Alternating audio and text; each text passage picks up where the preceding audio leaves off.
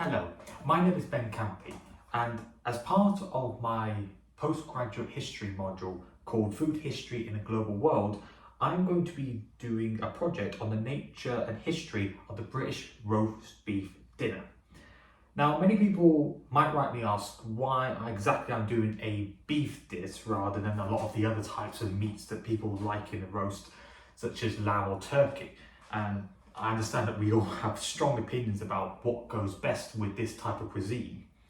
But I'm using my perfect example, my own personal perfect example of a roast dinner, as well as the type of meat which has the most to talk about in terms of the evolution of the dish and its value to British cuisine. But first of all, why do we study food history? What kind of importance does the knowing the history of the ingredients, the recipes, the structure of the meal tell us about people and their relationships with food? Well, everyone has to eat, therefore it's a common denominator to use to study people and their cultures. We can also look at how changing palates and the use of new ingredients give way to the big events such as the growth of sugar, coffee, chocolate and tea in Europe during the Enlightenment, which would in many ways grant the fuel needed for people during the Industrial Revolution. So food has such a relationship with our own history. It can be found absolutely anywhere. In his 2017 book titled Food and World History, Geoffrey Pilcher talks about the growth of the human diet and its range over the past 12,000 years. And makes note that there are two big development periods during this whole time that more than any other gave rise to such variety in our diet. That was the birth of agriculture, and just agriculture in general, and the Industrial Revolution. He also talks about the Columbian Exchange and how it's affected European cuisine, along with other lesser known facts such as the transfer of European foodstuffs to Africa and both North and South American foodstuffs to Asia. So it's not just a one-way system from Americas to Europe, it's all this combined together. It's a very interesting read, and what relates most to what I am doing specifically today is this quote which says, quote, "In the cross-cultural exchange of foods, certain general food trends emerge. Perhaps the most basic of these conclusions is the conservatism of food habits and the desire of people to maintain their traditional sources of sustenance." So, on one hand, we talk about how much food has changed, and certainly the roast dinner has changed a lot over centuries. But there's also been, certainly over that entire period, and certainly more in the last 50 or 60 years, a real effort to try and keep this roast dinner British, trying to keep our own cuisine in both the ingredients, how we make it, and of course the way we serve it, the people we eat with, etc., etc. The idea that people tend to incorporate new foods into already existing routines and recipes, and this is what I say will be quite obvious with the British dinner, this roast dinner later on, we would consider this the epitome of British cuisine and British eating culture. Yeah, for example, these potatoes, of course, are native to the Americas, and when they came along, they would eventually replace parsnips in the place of a roast dinner. And, for example, the panko breadcrumbs, they are Japanese. They are Japanese in origin, and yet we would use it most consistently for our stuffing. Yet, when we combine it with different things which is more well known to European cuisine, such as sage, which has been used at least since the medieval times in Britain, we have this sort of combination, as we see, of new ingredients, which in many ways we've tried to make our own. And this is not unique to the British experience, it can be seen over all types of cuisine around the world. Much of the food, which, even though it's not a hugely foreign concept to British diets, may not have even been raised in Britain itself. We have chives and carrots in, which are raised in Aberdeenshire, so in Scotland. The broccoli has been, the exact same place, Scotland. Of course, we have potatoes, which are locally sourced, as it says. They all make sure they specify British beef, British potatoes, British vegetables. So pretty much all this stuff has been made in Britain, or at least the British Isles. The only thing which is currently not of it is these shallots, which were grown in Northern Ireland. So they are British in that sense. These are all locally grown as British, and it's a sign that, we make food our own, and we try and grow new foods that we discover and incorporate into our diet as locally as possible, as a way of trying to, as I say, make it our own. Well, despite that, a lot of the terms and the words and the ways we do things are in fact foreign. For example, gravy. Gravy comes from the French word grave, which is found in French cookbooks as far back as the 15th century, and really sort of relates to any sort of meat or vegetable dish that comes in a more of a thicker sort of liquid type thing. So a gravy could technically be anything that falls into that, but we most identify it with the type of gravy that we put on a roast dinner. Yet, despite all that, this dish, probably more than any other, is something which unites the people of the British Isles, and something that we have together on a Sunday as a family, or we can have on as a midday lunch meal on Sundays, on Fridays, and it becomes a way of uniting us around the dinner table. The traditions we have, who sits where, how do we serve the food, in what order do we do it, how do we combine our foods, it all creates a sense of unified culture. While I'm preparing this dish, I'm going to be explaining the history of the roast dinner individually and as a whole, and its link with Britishness as we think about it, as even today there is no uniformity to it. So let's get started.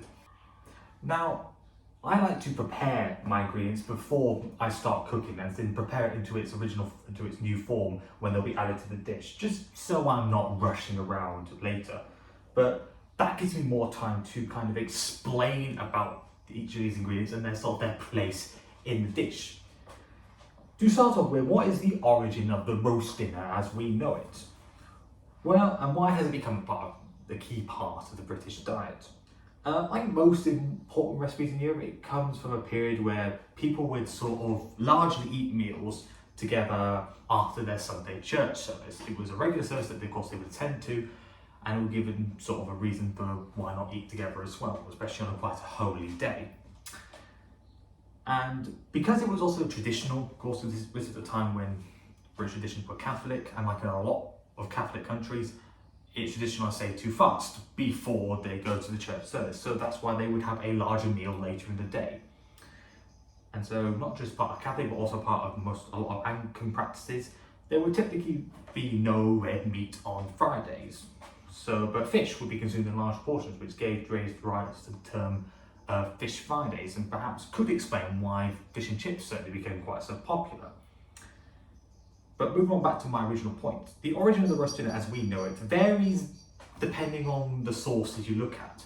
Because of its relationship with religion, many would argue that this goes back centuries, as far back as Christianity can be found in the British Isles. Many would say that it's only recently evolved into the modern form we know it post-Second World War. But I think a good point to start on this would be an analysis of a cookbook written by a person called William Kitchener called The Cook's Oracle. Originally published in 1817, it was a book that tried to educate the British on a proper diet. So not just what to cook on certain days, not only what to have for breakfast, lunch, dinner, but also how they were going to do it, who they were going to invite, and the manners. So as you see, it's not just about the food, it's about everything we do around the food as well. And of course it goes into what recommended amounts of meat, bread, and of course beer that a healthy Brit should have. And it's not just based in actual health, it's also based in sort of the pseudo-scientific beliefs about, health of the spirit, health of the British soul. Because they believe that a lot of the foods had connotations as well, and if you had more of them, you become more like it. And you see that throughout a lot of food history. The specific version I'm going to be looking at today was the 7th edition, I believe, and it was published in 1830. And so it's at the perfect time to demonstrate growing trends, as there is a part in this edition, and it mentioned at the beginning, which is included for Catholics. And this comes after the 1829 Catholic emancipation, where it was no longer illegal in Britain and Ireland to be Catholic. And so, I say, these cookbooks are now evolved to take into account this new practice that Catholics are now going to be using these cookbooks, and they can produce stuff for their Catholic audience. For example, on page 25 it states, "Be it known then to honest John Bull, who is a satirical British figure that is meant to embody Britain in the same way that, Britannia is sort of picked it up later on, the idea of the stereotypical British man. You see a lot of it, certainly during the Napoleonic Wars. It says, "Be it known then to honest John Bull that the humble domestic is expected by the cook to take to the entire management for roasts, boils, fish and vegetables, i.e. the principal part of an Englishman's dinner." So it's not as much too different to what we would stereotypically think of British cuisine, or English more specifically cuisine, in terms of how it's produced.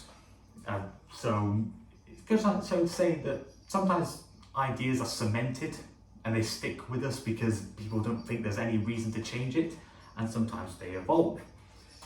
Kitchener also talks about the practice of a dinner. As I say, he includes a lot in his book the idea of routine, of ritual, not just in the preparation of the food, but in how it must be served and eaten, who is in attendance. For example, on page 41, he says, quote, "An invitation to come at 5 o'clock seems to be generally understood to mean 6. 5 precisely, 5:30, and no later than 5, so that the dinner may be on the table within 5 minutes after, allowing this for the variation of watches. 5 o'clock exactly." He also makes a broth from spare meat, cleaning up the chimney not to ruin your guest's food, and includes on page 58 to, quote, "Encourage the best performance of the machinery of the mastication. The cook must take care that his or her dinner is not only well cooked, but that each dish must be sent to the table with its proper accompaniments in the neatest and most elegant manner." So we can see, for example, just how much preparation goes into it and how much it's expected that these sort of social norms that you wouldn't really know unless you were sort of part of the culture. So it enables sort of foreigners to sort of go into the whole idea of what a Britishman has for his dinner, how he's expected to have his dinner, in what way it must come out, and the idea of courtesy, of course. So indeed, as I will now go more specifically into each part of this cuisine, of this particular recipe, you get the idea of how much the idea of layout is important. Now then, let's go on to more specifics. In the text that I have studied about roast dinner, meats being used come up most consistently, and what comes up most consistently, certainly in the sort of cookbooks that I'm looking at in this period, is beef. Now, there are two reasons specifically for why I am using it. As I said before, is that I believe this is the best meat to have with a roast dinner. It's the most versatile, best tasting, and the best to sort of go with everything that you have in a roast dinner. And second of all is the importance of beef to British culture. Red meat, more generally, for people who could access it, was the mainstay of their diet during this period. Nick Fides, in his book titled Meat a Natural Symbol, states that, quote, "Meat eating, like any consumption, is a manifest expression of personal ideas in a cultural context, and it is to these ideas we must look for the source of observed value," end quote. And so that alone gives us an idea just how important meat was, not just as something for our health, something to help give us a bit more of a boost at the end of our day after we've had a long day of working, but also how important meat is as a social tool. In fact, there is a ballad from 1731 that goes, "When mighty roast beef was the Englishman's food, it ennobled our veins and enriched our blood. Our soldiers were brave and our courtiers were good. Oh, the roast beef of old England and old English roast beef." Referencing Kitchener's instructions is a woman called Lorna Piatti Farnell in her book Beef, A Global History, in which she argues that, quote, "While Kitchener's method notably shows a high level of respect for cuts of beef, which must be handled with special reverence, only the wealthiest members of the community could afford the luxury of a wide fire and large quantities of beef," end quote. So the less well-off members of the population had to make do with preparing smaller portions of beef, and they didn't often have the facilities to cook them in. And it's often recorded that they would actually take their beef for their roast, and they would drop it off at bakers on their way to church on a Sunday, so that it would be cooked in the baker's oven, and so when they would finish, they would come back, collect it, and take it to go home. This particular practice is what associated Sundays and British roast dinners, because it became such a common thing that everyone was doing that even when people were able to have access to ovens and other things like microwaves, which allowed them to cook their own meat in their own home, it was still a tradition to do it at around the same time on the same day. And even as, of course, Beatty Farnell writes that this, quote, this particular practice is what began the association, and it's a strong connection still maintained and respected in the country today, end quote, exactly as I was saying. She also talks about how far back in the history of Britain that beef goes when referencing a visit by the Grand Duke of Tuscany in 1669, when he comments that the amount of beef passing through the Tower of London and its guards, hence the term the Beef Eaters, as was commonly known as a joking title you would give to the Royal Guards in London. Therefore, you could argue that beef and Britishness have gone hand in hand for centuries, and it's become part of our ideology. But what part of ideology am I talking about? Well, it's the ideology of liberty, manliness, and freedom of expression. The idea that makes us British is that we would have these big, hearty meals. It would make us free from all the sort of restrictions.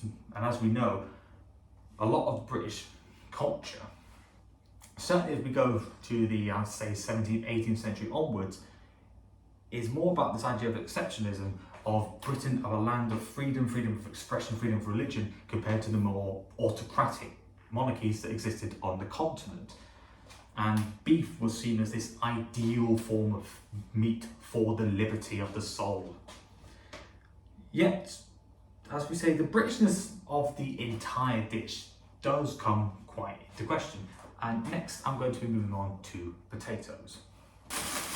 Potatoes are an item that was brought over to Britain during the Columbian Exchange, the point in which after Christopher Columbus ventured to the Americas, the huge movement of different types of food ingredients from the Americas to the Old World. And it's safe to say that potatoes play a huge part in British cuisine in so many stereotypical meals. In fish and chips, of course, it is used for the chips. It's used in cottage and shepherd's pies. And there's also such as jacket potatoes and beans as sort of a breakfast item in British culture. It's used in so many things, it's hard to believe we ever existed without it. Yet the potato was able to sort of effortlessly take over the position of what I said before as parsnips, which is what they used to use in the dish, demonstrating this idea once again of a new ingredient replacing a preconceived notion in a recipe. As a foodstuff, it was originally seen actually as a bit of a dirty food, suitable for the poor and the tasteless in British society. But it could grow in British and of course we know Irish climates very well and provided a good source of energy. One of the reasons why the potato blight in Ireland during the 1840s was so bad is because that as a way of the British Empire, it would often enforce its colonies to produce one or two or three specific types of ingredients, not only to help fuel the empire's need for these sort of variety of ingredients, but also to minimize level of autonomy that they can gain by having access to these ingredients. But as we move along, we see potatoes become much more accepted by the more established parts of British society. John Burnet states that, quote, whether their widespread adoption as human food in England was benign or malignant, a blessing or a curse, must depend on regional and individual circumstances, end quote. And according to a table of meals I found from the 30th of September 1889, the potatoes here are being used in every single dinner. Even though, as I say, a lot of people sort of in the early days would consider it quite dirty. Kitchener mentions it here or there, but not as heavily. But certainly as we get to the closing point of the 19th century, it's being used in every single dinner menu. I believe that this sort of indicates a subconscious move over to potatoes as the main carbohydrate for our dinners in British meals, not only because of affordability, because it can be grown in our own climate, therefore it's easier to access, but also makes us understand a greater use of technologically advanced cooking equipment, because more and more people had access to such stuff like ovens, so they could cook their own food and they don't have to eat a raw potato. And also there are greater literacy rates, so more people are reading cookbooks, and thus the potato becomes much more centralised in terms of our food dishes. So certainly by the time you get to the First World War, anything that could be locally grown was incredibly important when Britain was in danger of not being able to import as many things from overseas because of the threat of German naval submarines. More important though, is my opinion, to the success of this dish is what we would call the Yorkshire pudding. Now I don't have any prepared for me currently, but what I'll use is milk, anything that works, egg and flour. And Kitchener, back to Kitchener's book, on page 3141, he makes note that, quote, "The true Yorkshire pudding is about ½ inch thick when done, but it is the fashion of London to make them a full twice that thickness if they wish to." End quote. He also includes that both salt goes into the recipe and also that it would be cooked, the batter would be cooked underneath the meat, so that the meat juice would drip down into it and add a bit more flavour to it. Now, I personally think that's not what it should be added to it, but perhaps that's my own modern sensibilities come into play about the idea of keeping it more separate.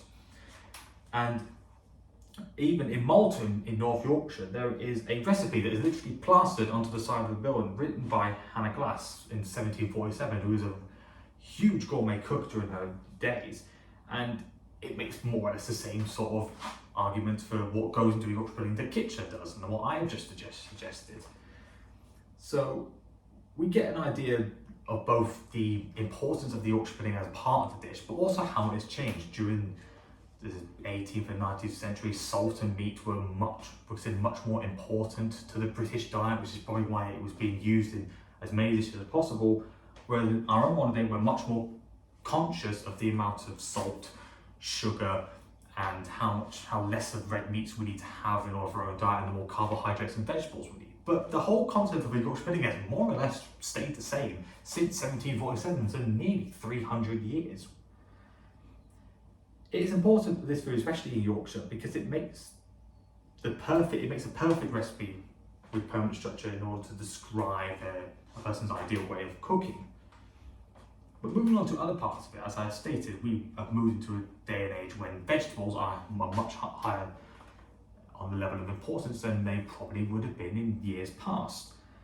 Now, people will tend to disagree about what kind of vegetable and how they're cooked goes best with a roast dinner, so I'll just once again demonstrate my own opinion on it.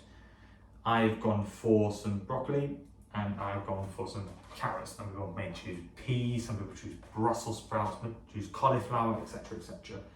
Looking at older texts, I say we see a huge preference to meats over greens, but this begins to change as we move along.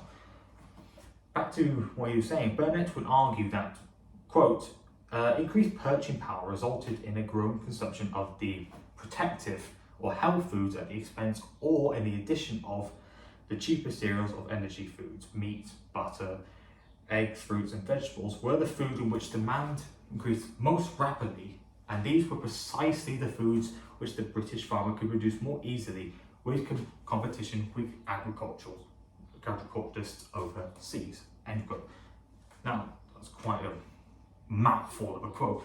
Basically what it's saying is that competition with overseas, especially as we get to the point when Britain is not the only major industrialised nation, means that British farmers have to compete with a market that is flooded with more goods and often better quality goods, especially in terms of food and ingredients that they can't grow locally.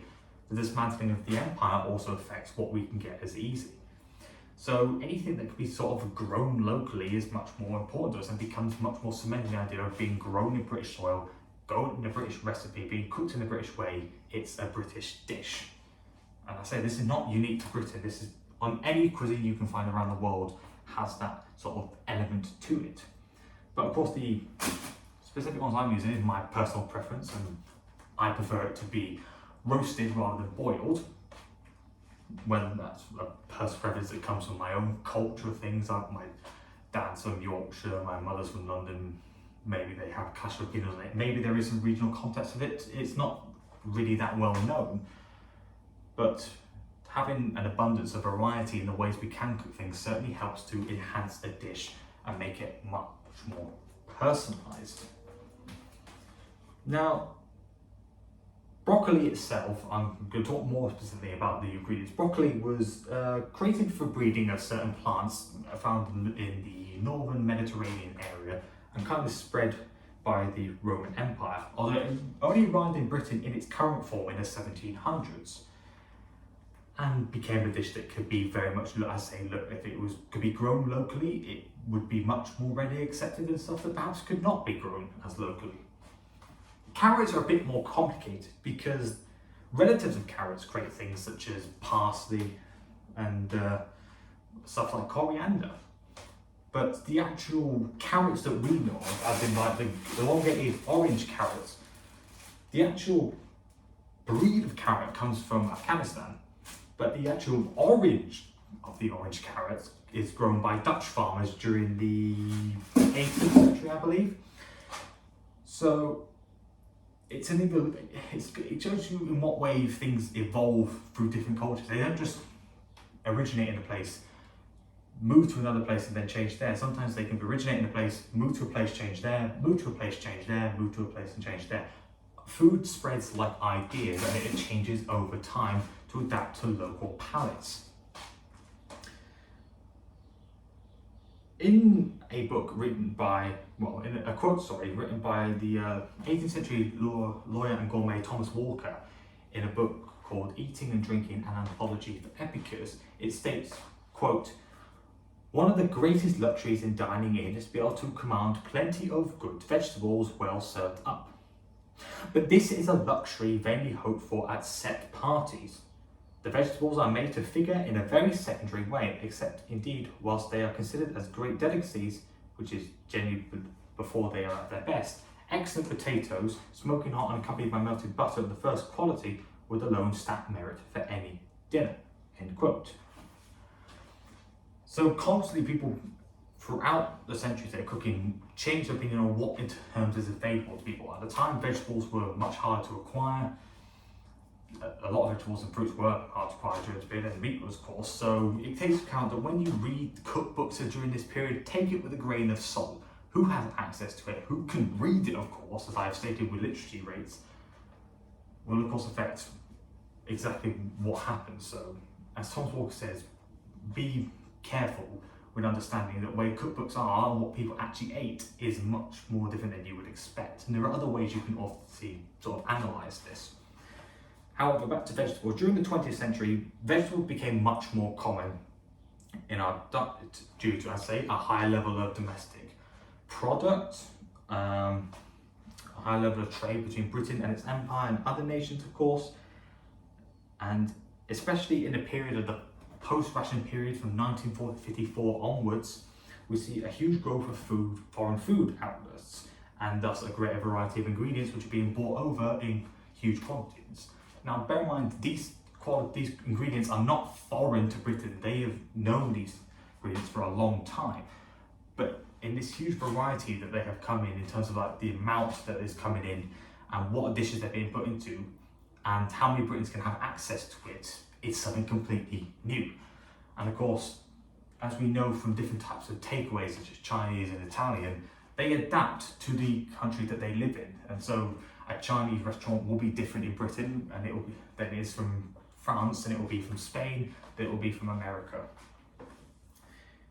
You could say that more access to vegetables, better equipment to cook them in, such as the creation and the spreading of the microwave during the era of consumption, a new view on dietary health, that less on sugar, less on carbs, and less on meats and more on vegetables and fruits.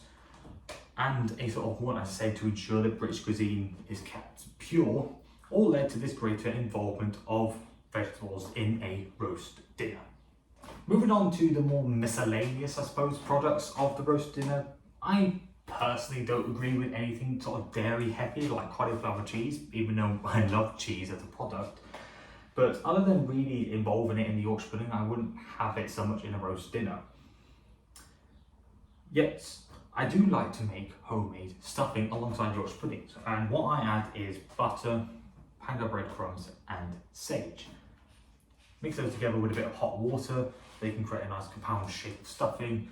Put them in a sort of small stuffing tray and pop that into the oven, and that's how it gets cooked.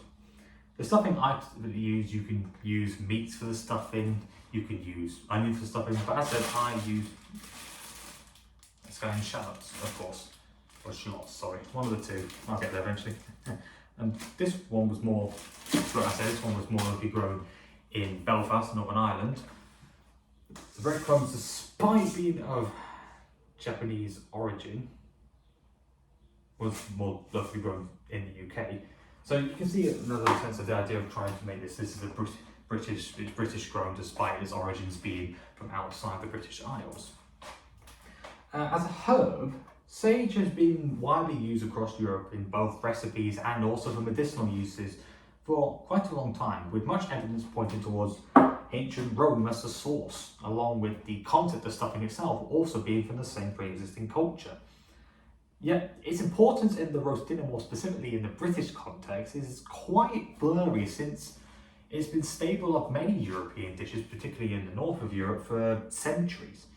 Even though it evolved from, as we say, a more heavily meat-based recipe to a more vegetable-based recipe, sage is still there. Sage can be added to the meats to make them nicer, although many people use rosemary and thyme. It, of course, I say, it changes. A website called Food Reference states that the origin of stuffing, as we sort of know it, is between the 2nd century BC and the 1st century AD, with little indication of its changing state.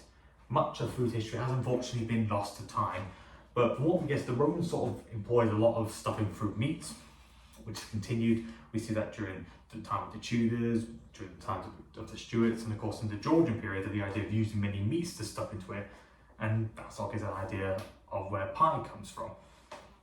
Now, of course, the idea of pie and stuffing may seem like very hard to compare the two, but when it comes to food history, I say you've got to make sure you define things exactly in order to be able to accurately describe them. And it gets even more complicated if you go on to studying what a curry is, for example. But I'm going to be sticking with roast dinner for the time being, thank you very much. But what about gravy? Gravy. To many Brits, it is the holy grail of condiments to be added to a roast dinner. This one specifically, the one I got from Sainsbury's, says perfect with beef and Yorkshire puddings. And it was made with beef stock and red wine, made in the UK. Oh, made specifically in Belfast. So as I say, British and Irish in terms of where it's grown, where it's produced.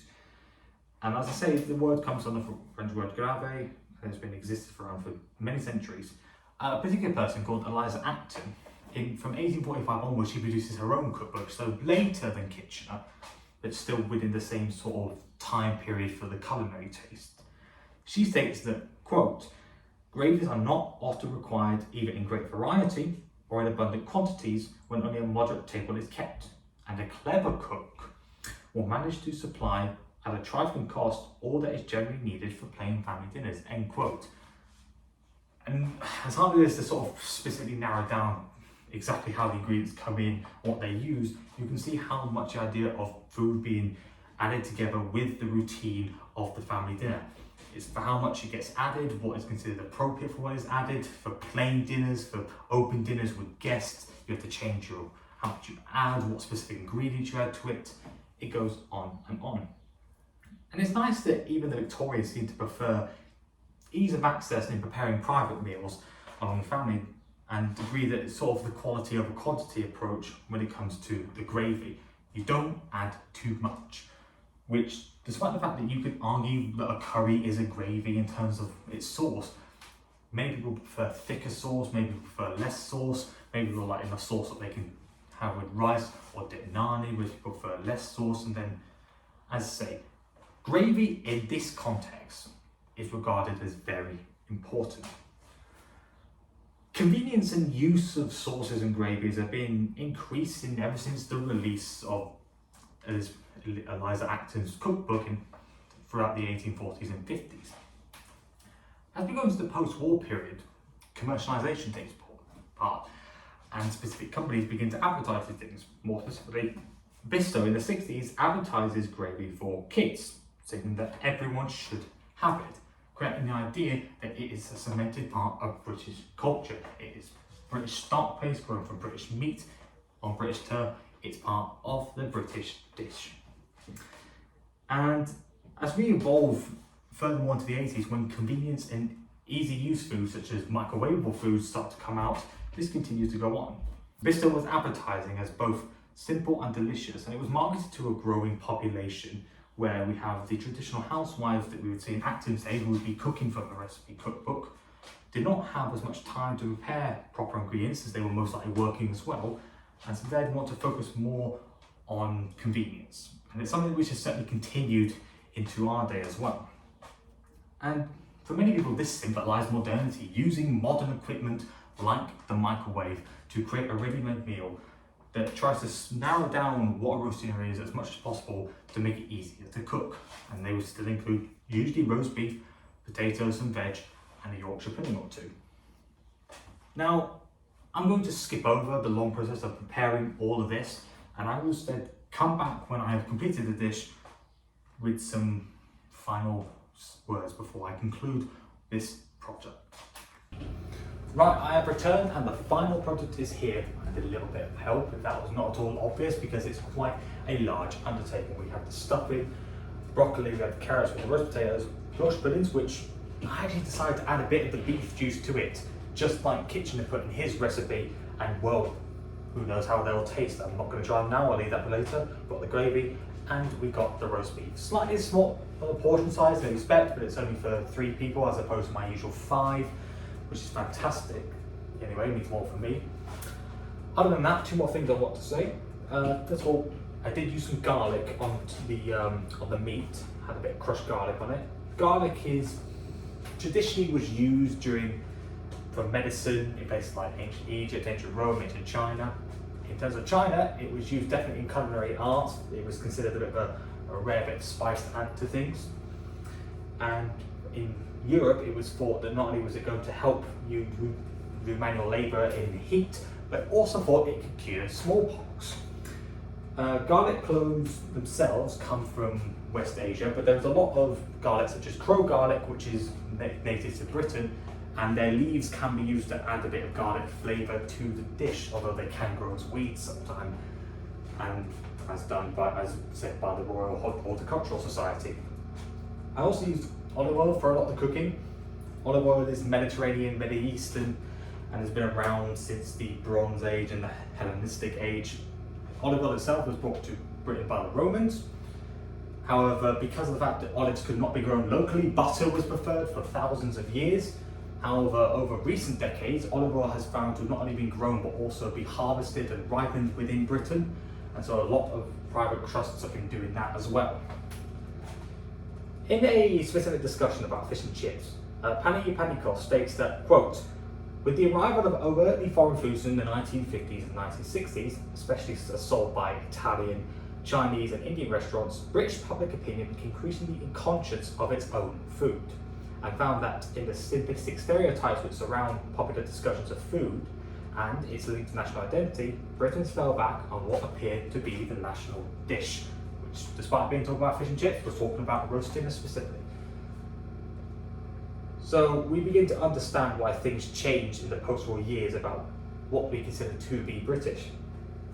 A growing feeling of wanting to protect the British culinary system during this period may also explain the hesitance to try and add anything new to these dishes, as nothing really has become and gone in terms of ingredients or in terms of spices, other than what people personally prefer. But generally, if you go out for a roast dinner, it's more or less been the same as it was since 1954. Back to what I was saying about John Burnett, he concludes that, quote, food habits have changed much in the 20 years since the first edition of this book, meaning his own book, and they are still changing and they will change further, meaning that I could do this entire project about the history of roast beef dinner even, and it could completely change. New research could come out and the idea of roast dinner could change as well in the future. Food history is constantly changing, even in the smallest of ways. In recent decades, the focus has shifted more towards easier production of cooking food through ready meals, which try to replicate either in whole or in part a roast dinner. Since the 70s, the ability to have a condensed meal, the ability to store it in a freezer, and then heat it up in a microwave greatly narrowed down the amount of time you spend cooking a roast dinner. Thus, it granted more time for people to do other things. This also holds for curry powder, which came in a pot, fried fish and chips, which also came in ready meals as well. And they cement the idea of a roast being for everyone, because anyone can cook it with the most menial stuff that they have in the kitchen, like an oven or a microwave. Another aspect of British cuisine is, as we say, is the rise of the ready meal. Since the 1960s, the idea of ready-made food has sold first of all in a tin, and then in plastic, which I guess they could be cooked quickly by putting it in an oven, a microwave, or probably more recently air fryers, has grown alongside the availability of these kitchen appliances. A British advert from the 80s sells to us the idea of microwaving your roast. I'll put the clip in now. And Jimmy Tarbuck advertises the defrosting element of the product and specifically uses a roast dinner, as it seems the most universal for British people to be using and thus the best to advertise. This then evolves to stuff what is available at Tesco, which is heavily condensed but consists of beef, potatoes, Yorkshire puddings, carrots and peas, seen as almost the quintessential part of a roast dinner. And the reviews are quite negative, yet it's still something that is sold for only £2.30, so even if British people don't essentially agree on the quality of it, it's something that is still available if you want to use it.